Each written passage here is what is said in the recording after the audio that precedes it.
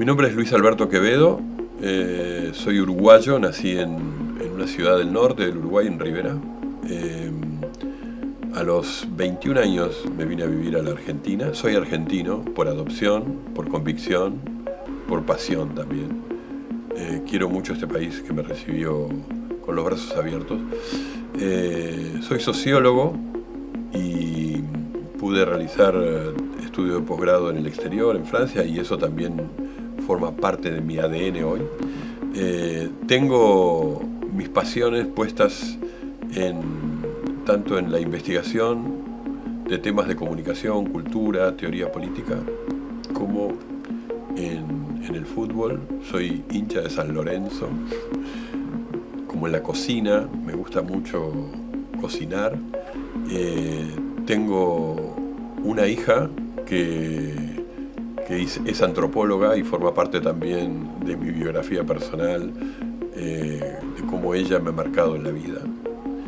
Se llama Ángela, y tuvo para mí un antes y un después su nacimiento. Y tengo mucha esperanza en que tanto Argentina, Uruguay, América Latina puedan seguir adelante con los procesos en los cuales yo me formé y en los cuales creo mucho, que es en la democracia, en la libertad, en la justicia social, en la participación y en los derechos humanos. Estuve ahí.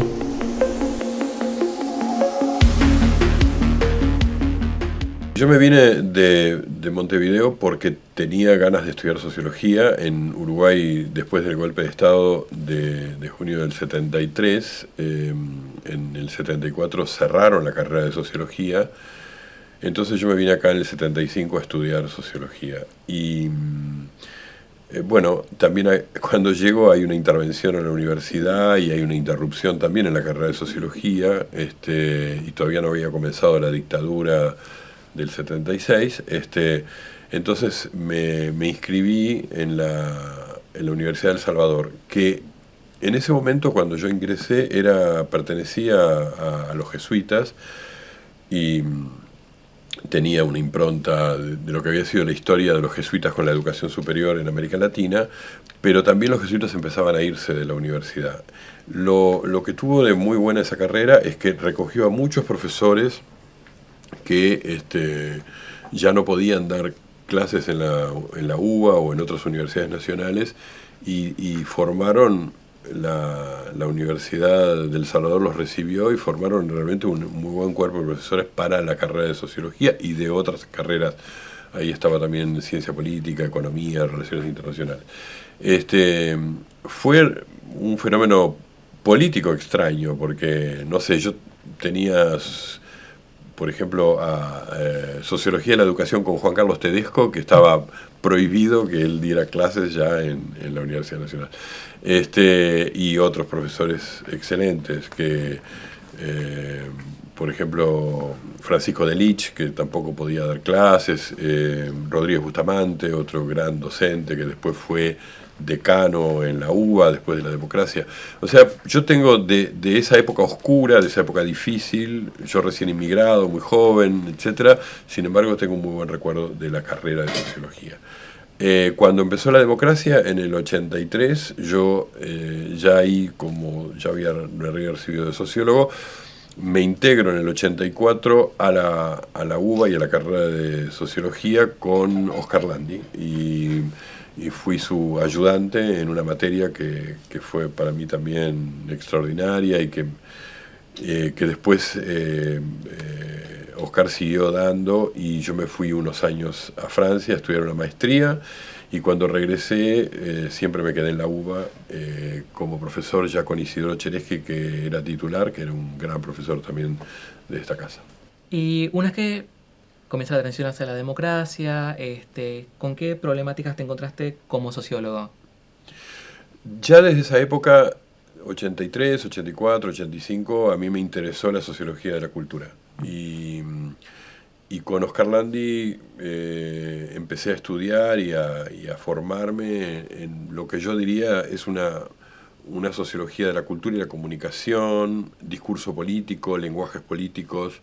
De hecho, mi tesis de maestría en Francia tuvo que ver con eso, con sociología de la cultura, y a partir de eso siempre me interesó ese campo. Luego, unos años más tarde, que yo empecé a trabajar con Isidoro Cheresky, ingresé también en el territorio de la sociología política, que tenía otra impronta diferente. Siempre encontré los vínculos para unir mis preocupaciones por la sociología de la cultura y la comunicación con la teoría y la filosofía política. Hasta el día de hoy creo que tienen muchos vínculos.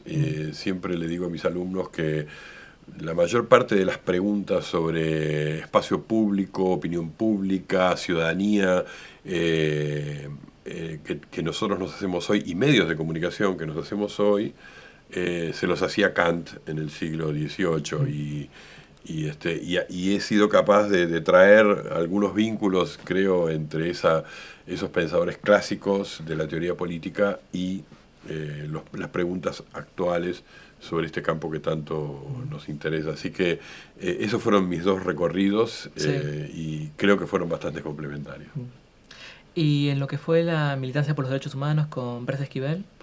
Bueno, cuando yo estudiaba sociología en El Salvador, uno de mis compañeros de la carrera era Leonardo Pérez Esquivel, y estamos hablando del año 79, 80, o sea, Videla era presidente de este país, Sí. El dictador Videla.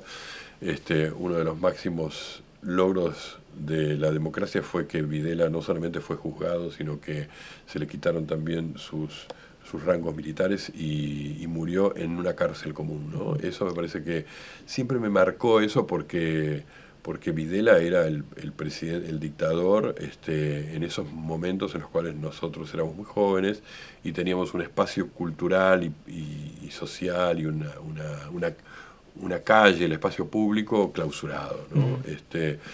En esos años, en el 79, 80, 81, yo me integré al Servicio Paz y Justicia, donde el coordinador general era Adolfo Pérez Esquivel, pero cuando yo me integro a ese equipo de trabajo, Adolfo tenía prisión domiciliaria. Entonces yo trabajaba con su hijo y con otros compañeros de esa época que fueron muy buenos militantes, y que seguimos muchos años trabajando juntos.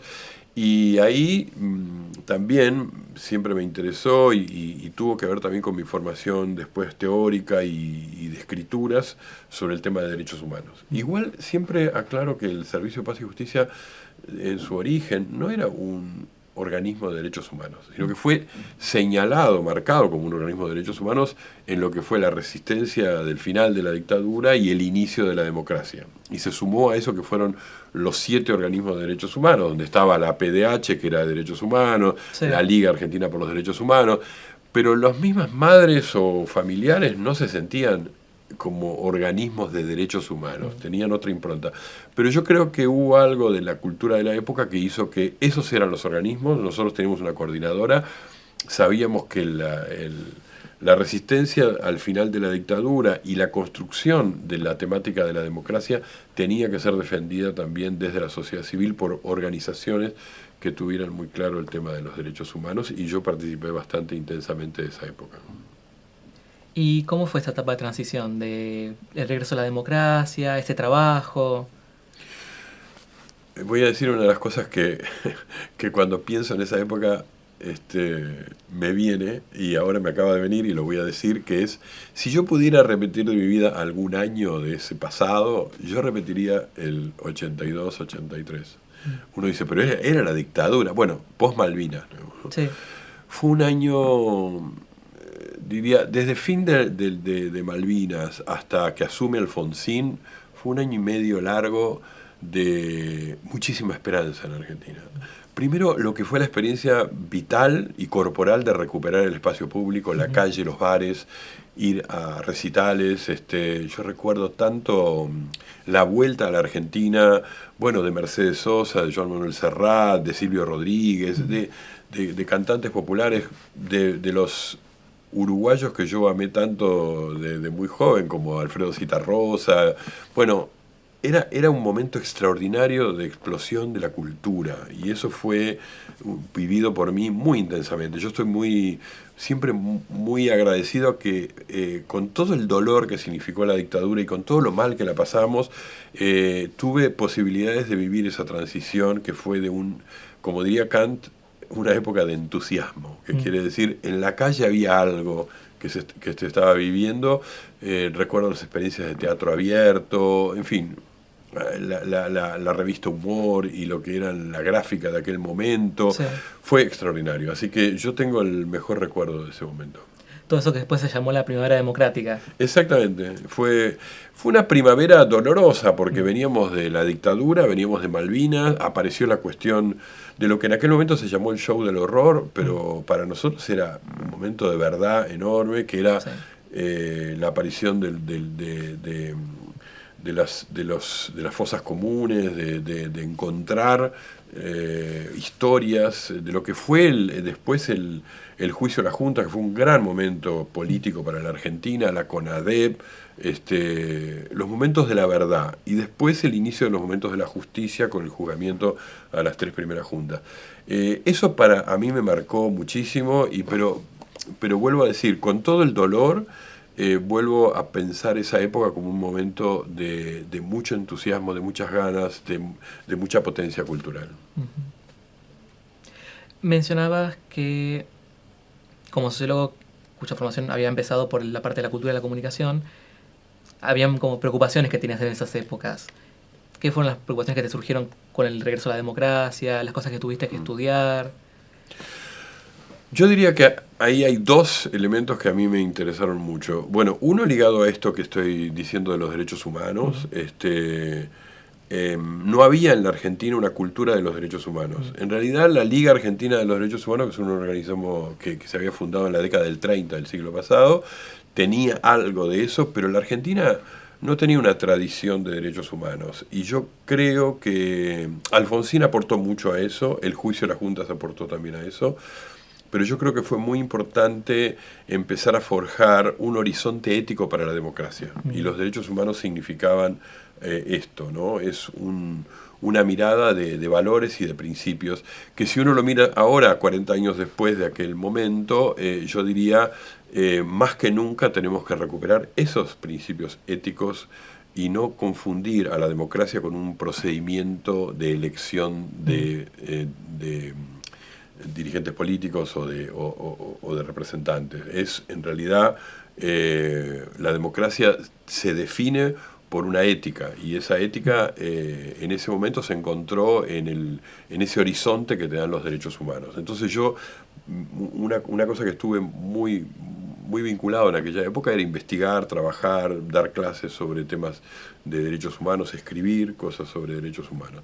La otra parte es mi entusiasmo también y mis ganas también de estudiar la comunicación y sobre todo cómo se iba a reconfigurar el ecosistema comunicacional en la democracia, a partir de un proceso que ya vislumbrábamos, pero que recién se concreta en los años 90, que fue un proceso de concentración de medios, que ocurrió sobre todo por la política de Carlos Menem y por políticas también que venían de situaciones globales. Es decir, Sí. la Argentina no es ajena a todo lo que fue la configuración global de los medios, sobre todo los medios audiovisuales. Pensemos que la televisión argentina, que nace en el 51 y que nace con un canal público, ¿no?, que es el Canal 7, etcétera, recién tiene una gran revolución en los 60 cuando desembarcan en Argentina las grandes cadenas norteamericanas y acá fundan lo que después conocimos como el Canal 13, el Canal 11, el Canal 9, etcétera. Claro, cuando aparece el broadcasting en Argentina. Exactamente. Ese broadcasting de los 60 y 70, en los 80 empieza a transformarse, y yo viví muy fuerte eso y también participé de los debates y de investigaciones y de escrituras, por el narrowcasting, o sea, por la aparición de la segmentación, Sí. sobre todo con el fenómeno del cable. En los 80 discutíamos mucho sobre los cables y la aparición de otras experiencias de televisión y de radios comunitarias y una discusión por la necesidad de una ley que regulara esto. El cable fue un acordeón que se abrió mucho en los 80 y que muy rápidamente se cerró y se concentró. En eso el grupo Clarín fue muy agresivo y usó el fútbol y otros recursos para concentrar el cable, y lo que en un momento apareció como una explosión de voces y de singularidades, de repente aparece como una gran concentración económica en la estructura de producción del audiovisual, ¿no? Y el cable fue lo que más discutimos ahí, ¿no? En los 80 Sí. y principios de los 90. Después empiezan otros fenómenos que nos llevan al single casting que el internet hace explotar, ¿no? Y este proceso de concentración, además, como mencionabas antes, vos tenés además mucho interés por la sociología de la política. O sea, en tu trabajo como sociólogo, ¿cómo viste que esa concentración mediática afectara la vida política argentina?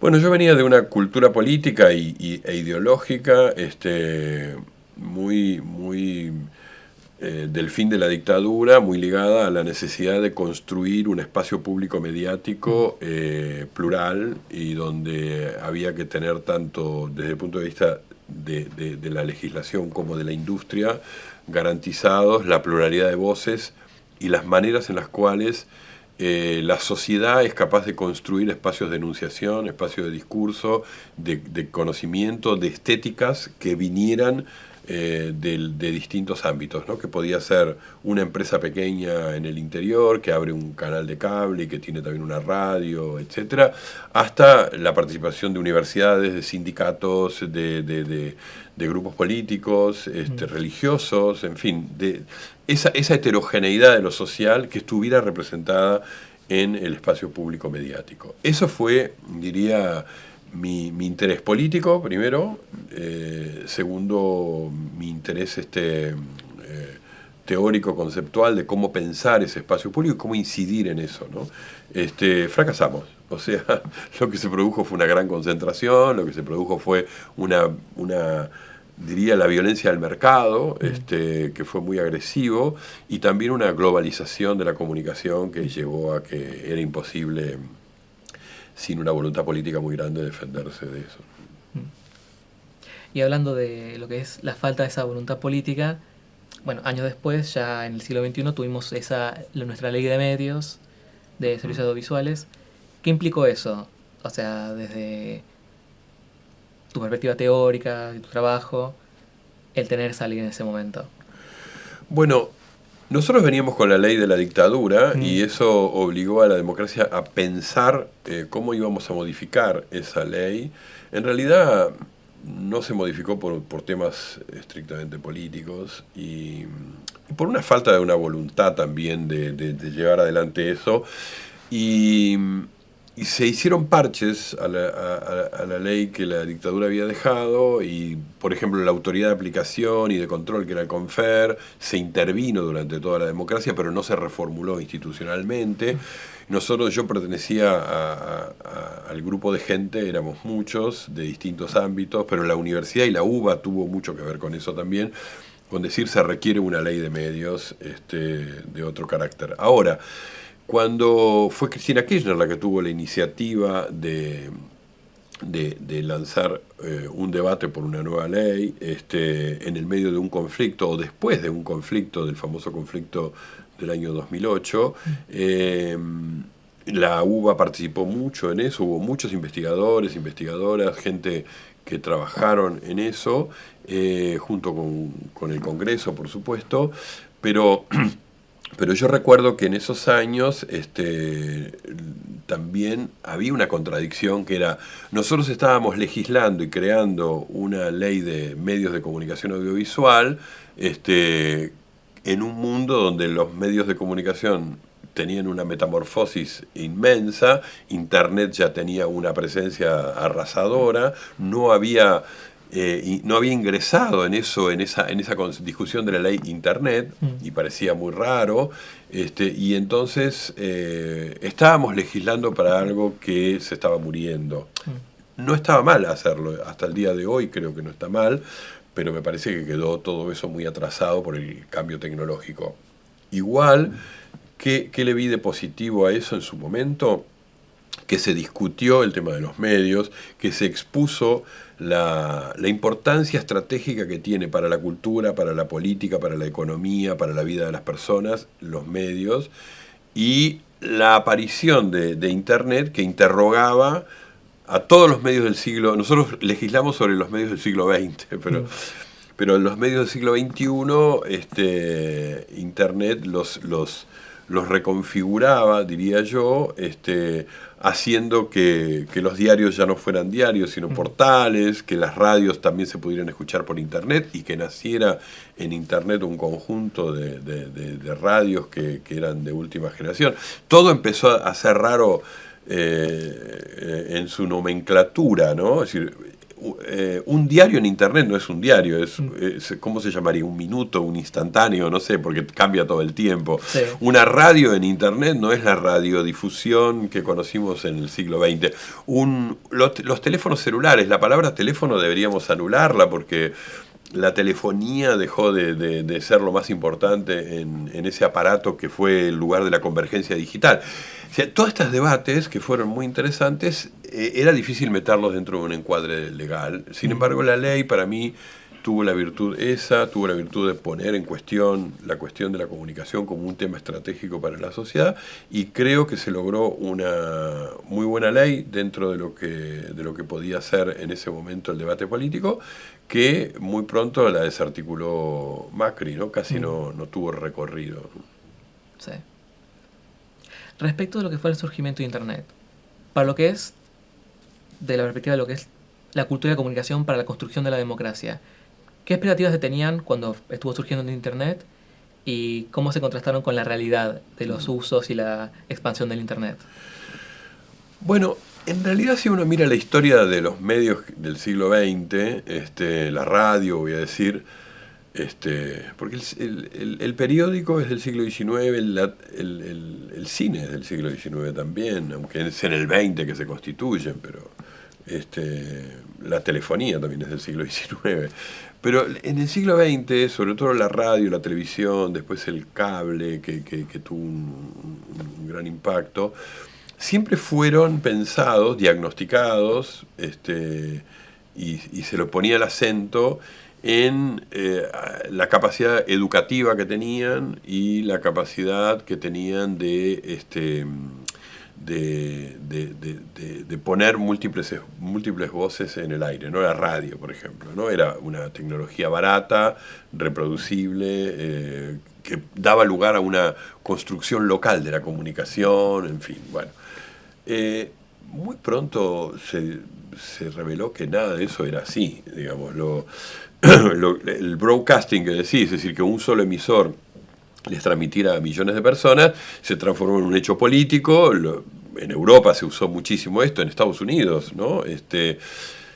Siempre se recuerda a Roosevelt con su uso de la radio para la transmisión, porque el nazismo lo usó mucho, pero lo usaron también los políticos en América, y en Estados Unidos Roosevelt tenía las conversaciones al pie de la chimenea, le llamaba así, donde él tenía un programa de radio semanal.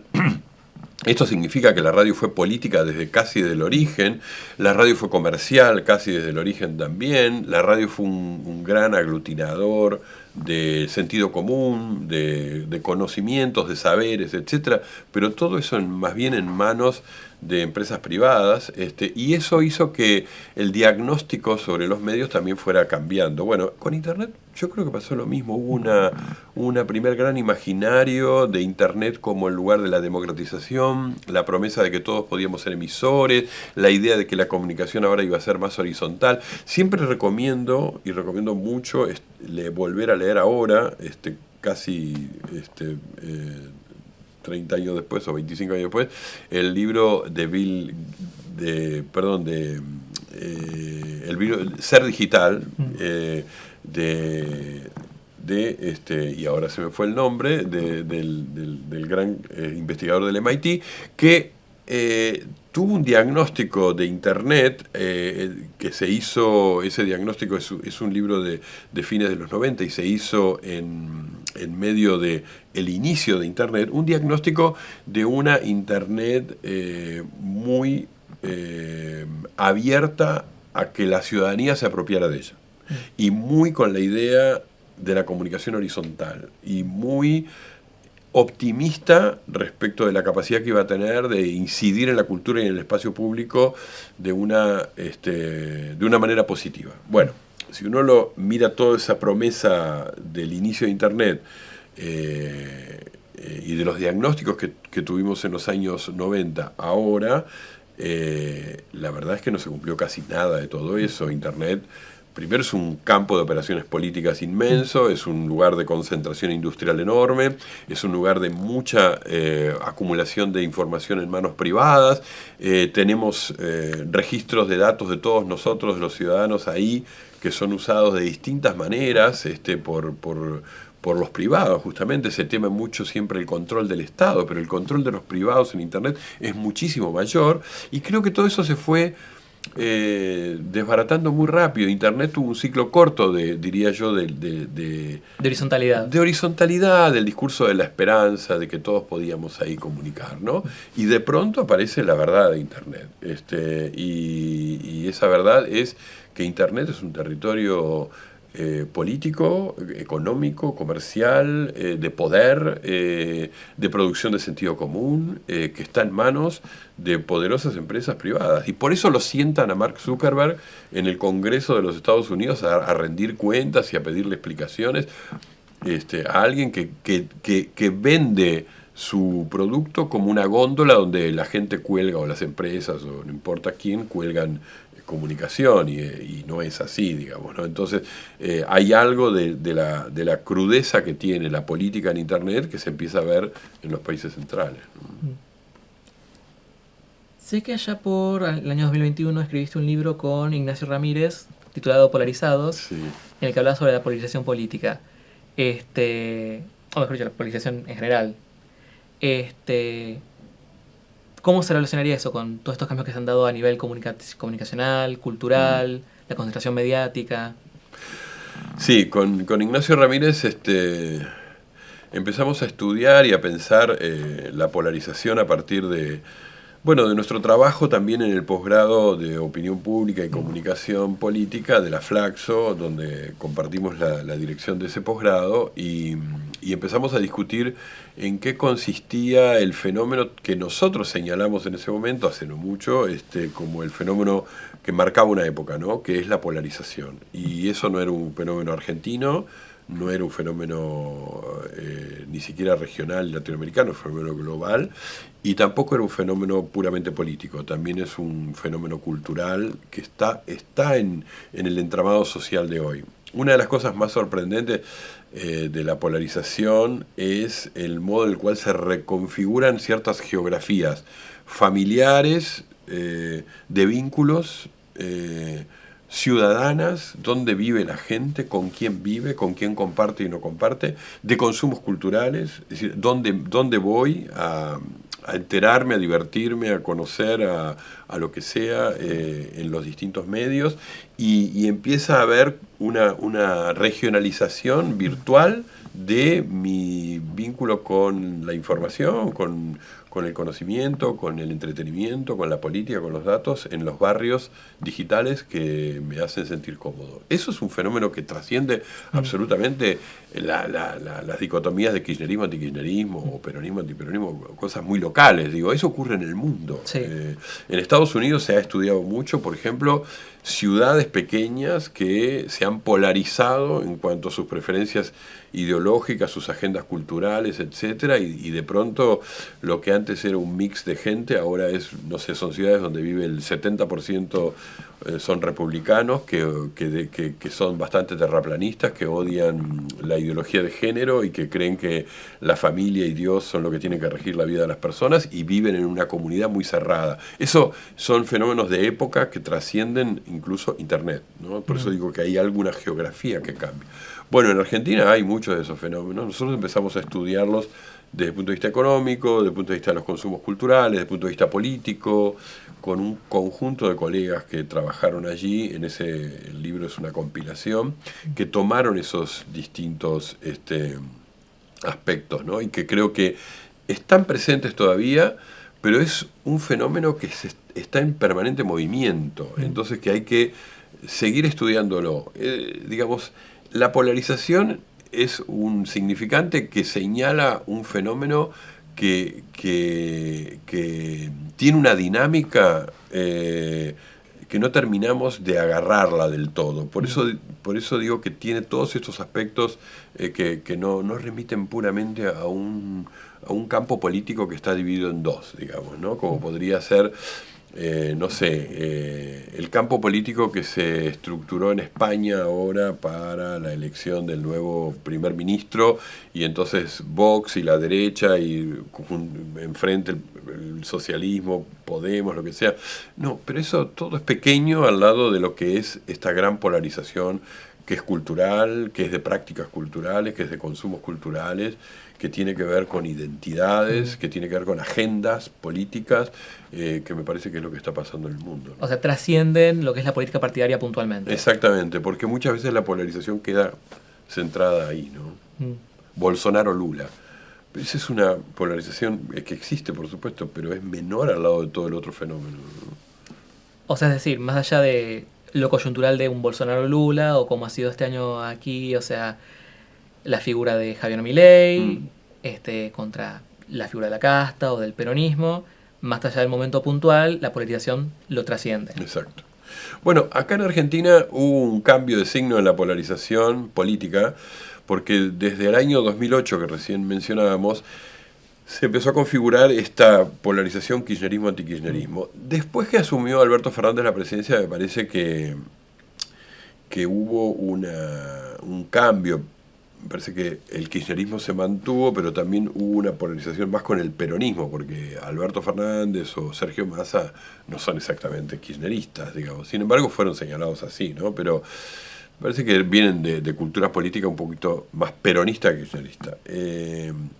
Pero de pronto aparece Javier Milei y hace otra polarización, que es, engloba a todo lo que había sido la polarización política del 2015, que la armó Mauricio Macri, que dijo es kirchnerismo, antikirchnerismo, y él usó, nosotros en el libro lo decimos, la polarización no es algo puramente negativo, es vivido a veces como una estrategia política positiva, es decir, bueno, me enfrento al otro, armo el campo de la política así, Macri dijo es en contra del kirchnerismo, nosotros somos los antikirchneristas, arma la configuración política y gana las elecciones.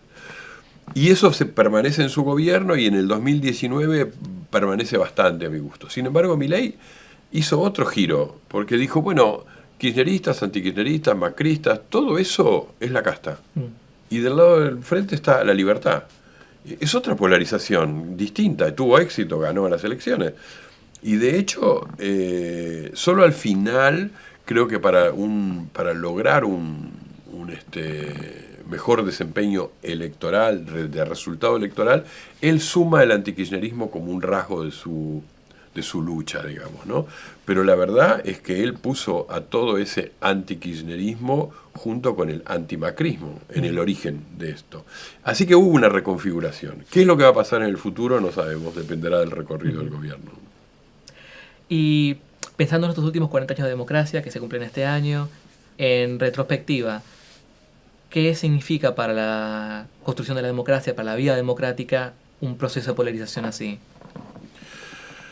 En primer lugar, la polarización, vuelvo a decir, hay que tomarla como un fenómeno global, de época, reconfigura el campo del sentido, arma un esquema de identidades que antes no estaban planteados así, vuelve a poner la cultura en el centro de la escena, no es una polarización político-partidaria o cosas por el estilo. Yo creo igual que la cultura y la política siempre estuvieron unidas. Si uno estudia, por ejemplo, el socialismo en Argentina o en América Latina, principios del siglo XX, para poner una fecha, el socialismo fue ante todo una cultura. Es decir, tenían clubes, bibliotecas, editoriales, compras comunitarias, en fin, lugares de autoayuda, de autoayuda en materia de salud. Bueno, eran cooperativistas, tenían un montón de elementos que tienen que ver con el campo de la cultura. O sea, no se puede confundir puramente con un partido político, a eso me refiero. Bueno, en el caso de hoy, creo que las culturas políticas dependen cada vez menos de los partidos y cada vez más de las configuraciones culturales. Y creo que es lo que está ocurriendo hoy en el mundo y ocurre acá en Argentina también. Las identidades políticas que conocimos en el siglo XX han tendido a disolverse bastante. Se han disuelto también partidos e instituciones. Es difícil encontrar las estructuras partidarias que configuraron el siglo XX. Incluso en países donde las estructuras partidarias han sido fuertes. En Argentina los partidos políticos nunca fueron fuertes, pero en otros países de la región sí, en Chile, por ejemplo, siempre fueron fuertes, y sin embargo están en unas crisis enormes, ¿no? En Venezuela fueron fuertes, en Ecuador fueron fuertes, y todas están en una enorme disolución, y la aparición de las claves culturales como las que ordenan las configuraciones ideológicas. Entonces yo creo que la polarización en el siglo XXI y los fenómenos estos de configuraciones culturales son la clave para entender la política.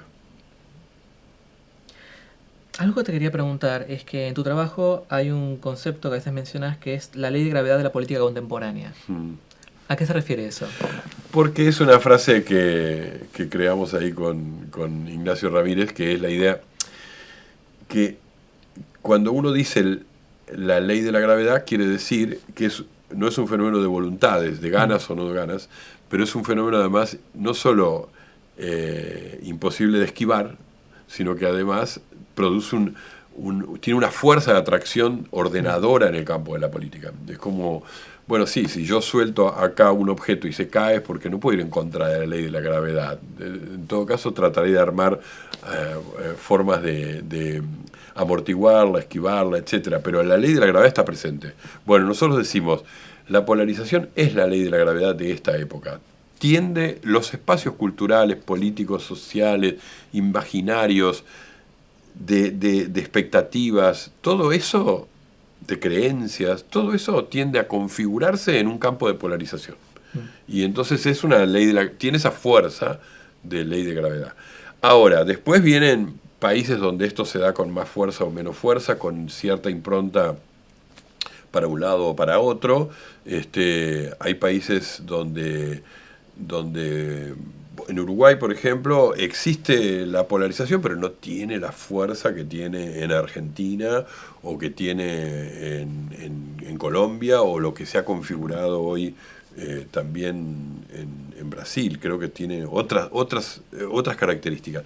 Sin embargo, si uno quiere entender el gobierno de la calle Pou, que fue esa derecha que le volvió a ganar al Frente Amplio y que tuvo otra vez su periodo de gobierno, hay que entender aspectos de la polarización política en Uruguay que tienen otras características, que no es igual, no sé, a la polarización que se da en Holanda, ahora que ha ganado un partido de derecha, y que se da en un esquema donde importan los temas de migración y de lo que la derecha europea ha inventado, que es la islamización de Europa. Europa se está volviendo islámica. Este enunciado es un enunciado absolutamente incontrastable con la realidad, es decir, no tiene ningún sentido. Sin embargo, es lo que polariza y es lo que ordena el campo de la política, y si la gente lo cree, es. Sí. A lo cual vendría la pregunta de, en ese contexto de polarización, ¿por qué sería que los resultados electorales de esa polarización en esta última década han beneficiado principalmente a lo que sería la ultraderecha o esa derecha nacionalista, tanto como fue en el caso de Bolsonaro, como fue en Estados Unidos con Donald Trump, como ha sido ahora en Holanda? Bueno, hay un rebrote de la derecha en el mundo, y eso también hay que pensarlo, que hay una retroalimentación de la derecha. Ahí vuelvo a los medios de comunicación también. Las derechas saben que el manejo de la comunicación global es un manejo clave, fundamental para los intereses políticos. Esto lo saben hace muchos años, pero y han decidido tener una lucha en contra de lo que fue, a mi gusto, la gran cultura política de la posguerra en el siglo pasado, ¿no? Lo que los economistas llaman los 30 años gloriosos, que son los años 50, 60 y 70 de la economía global, mundial, fueron acompañados también por una ideología que yo creo que tenía los tres componentes de la Revolución Francesa. Tenía el componente de la libertad, de la igualdad y de la solidaridad. Esos tres componentes fueron, diría yo, lo que amalgamó a la transformación económica de la posguerra. Y yo diría que fueron componentes progresistas y tenían un principio también kantiano, ya que he citado a Kant varias veces, que era Kant creía que el gran sujeto de la historia era la humanidad, ¿no? Bueno, la posguerra también estableció un sujeto de la historia que era la humanidad, Occidente sobre todo, ¿no? Pero la humanidad, que era la idea de que la solidaridad tenía que ser global también. Se crean los organismos internacionales, las Naciones Unidas, etc. Había polarización de posguerra, o sea, obviamente está la Guerra Fría, está el bloque soviético versus Occidente libre y democrático, etcétera. Fue un gran relato de esos años. Sin embargo, había una coexistencia, coexistían en esos organismos internacionales, también el bloque soviético tuvo un discurso humanista, en fin, había una cultura política común. Esa cultura política en nuestros países tuvo mucho que ver con proyectos, diría, revolucionarios y de cambio, ligados a un pensamiento progresista, por lo menos, digámoslo en términos muy generales. Yo creo que la derecha ha reaccionado en contra de eso hace muchos años, pero que ahora tiene una batalla cultural que la quieren ganar, que es cambiar la agenda del pensamiento progresista. Entonces, todo lo que tiene que ver con solidaridad pasa por el lado del individualismo, todo lo que tiene que ver con la idea de políticas de igualdad son vistas como intromisiones a la libertad de los individuos, y en el mundo fueron ganando espacios, actúan como un sistema global. Milei no solo es un fenómeno local, fue invitado muchas veces a foros internacionales, siendo un político, hasta que ganó la presidencia, muy menor. Sin embargo, participó de foros internacionales. Si la derecha se autopercibe como global y actúa globalmente y tiene los grandes comunicadores globales a su disposición, y tiene el interés de que se cambie la matriz de pensamiento progresista en el mundo. Eso me parece que es un fenómeno que estamos viviendo hoy. Hablando puntualmente de lo que pasó acá en Argentina en este año, durante la campaña electoral de este año se puso muy en tela de juicio el papel de la investigación pública en ciencia y tecnología, y puntualmente se cuestionaba mucho, por ejemplo, en lo que era el CONICET, el trabajo de las ciencias sociales. Se le apunta particularmente al trabajo de ciencias sociales. ¿Qué implica políticamente eso en este contexto? Y además preguntaría, ¿cuál es el lugar o el valor de las ciencias sociales, particularmente la sociología, en estos tiempos políticos? Bueno, ¿por qué Milei y esa derecha nueva, distinta, que se configuró en este último año, diría, porque es muy corto su trayectoria, tomó ese tema? Yo creo que hay también dos motivos distintos. El primero es ir en contra de un concepto de tener una estructura de ciencia y tecnología con conocimiento, de producción de conocimiento y de tecnologías de nivel nacional. Ellos no piensan que el lugar de la Argentina en el mundo tenga que ver con competir con Estados Unidos, con Europa, competir y cooperar, porque si uno toma una empresa como ARSAT o el INVAP, que son empresas muy importantes de investigación y de producción de ciencia y tecnología en Argentina, son cooperantes con la NASA y con instituciones europeas que hacen lo mismo. No tiene esa idea. ¿Por qué? Porque sigue la agenda de Estados Unidos, sobre todo, que es que nuestros países no tienen que tener un desarrollo científico y tecnológico propio. Tenemos que ser proveedores de materias primas y consumidores de tecnologías importadas y producidas en los países centrales. Eso hay un sector de la política argentina que lo acepta y hubo otro sector que lo peleó mucho para que no fuera así y es una batalla que todavía va a continuar. Milei está del lado de los que cree que nosotros no tenemos que tener ciencia y tecnología propia. Entonces ya el ataque al CONICET tiene que ver con eso, financiar el conocimiento, la investigación científica no les parece una buena inversión.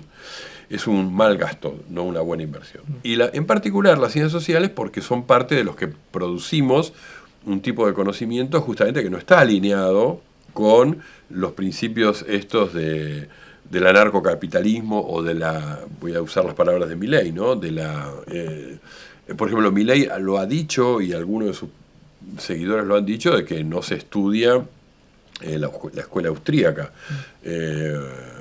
Cosa que no es cierto, porque yo puedo decir, von Mises no, pero Friedrich von Hayek es una bibliografía obligatoria que acá en la UBA, en mi materia, se vio durante muchísimos años. Es que no es cierto. Que el liberalismo se estudia, sí se estudia el liberalismo, y yo creo que es falso que eso no esté presente en los debates.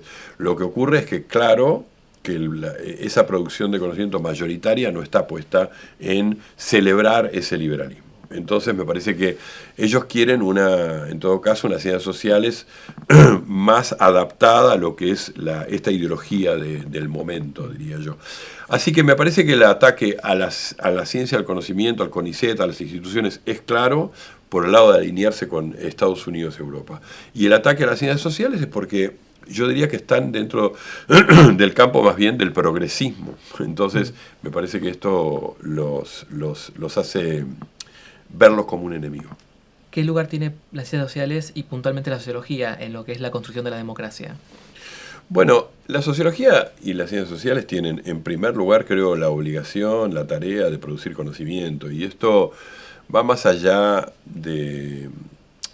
bastante más allá de un posicionamiento político frente a la democracia. Por ejemplo, tener buena estadística en Argentina, tener un buen INDEC confiable, para poner un ejemplo de los que existen, requiere de buena sociología, ¿no? Y tener un buen diagnóstico de lo que significa la pobreza, tener un buen diagnóstico de lo que significa el crecimiento y las transformaciones que se están produciendo en materia migratoria en Argentina, en la región y en América Latina, son parte de las tareas que la sociología y otras ciencias sociales tienen la obligación de cooperar en eso.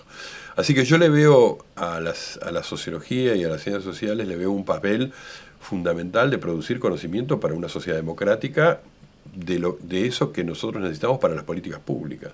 Es muy difícil hacer políticas públicas sin buen conocimiento. Cuando Vialet Masset hizo el famoso informe sobre el estado de la clase obrera allá a principios del siglo XX, hizo aunque no lo llamó así, pero una sociología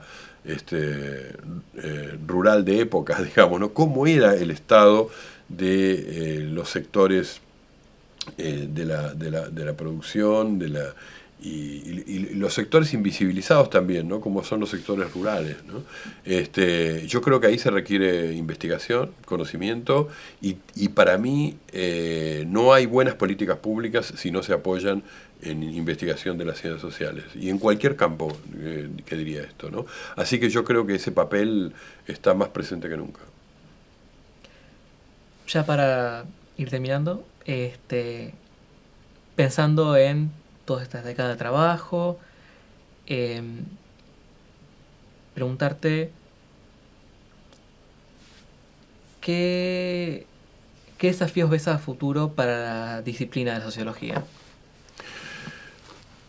No renunciar a la producción de conocimiento. A mí me cuesta la palabra científico, pero porque me parece que ahí hay un debate epistemológico, pero de conocimiento confiable, de buena calidad, contrastado con otros, que surja también de la puesta en común en una comunidad científica. Ese conocimiento me parece que es una obligación para las ciencias sociales y la sociología en particular. Segundo, me parece que entre las múltiples aristas que tienen la sociología, que son muchas, como todas las ciencias sociales, yo creo que el conocimiento el conocimiento y diría la reflexión la capacidad de poner en común lo que serían resultados de investigaciones que sirvan para las políticas públicas, eso me parece que deberíamos pelear por no abandonar nunca ese lugar. Y digo que si uno quiere hoy hacer una buena política pública en materia de salud mental, no se requieren solamente psicólogos o médicos, se requieren también sociólogos y antropólogos, ¿no? Si uno quiere hacer una buena política en materia de arraigo rural, ¿no? De población rural, se requieren conocimientos sobre qué está pasando con ese tipo de poblaciones. Entonces, digo, nombro terrenos que no tienen vinculación aparente entre sí, sin embargo la sociología tiene algo que decir. Y en lo que a mí me interesa, la sociología de la cultura y la comunicación, junto con los comunicadores, junto con los antropólogos, junto con los economistas, yo creo que producir una democracia con un espacio público plural, participativo, democrático y abierto, eso requiere también conocimiento, y ahí la sociología tiene también que aportar.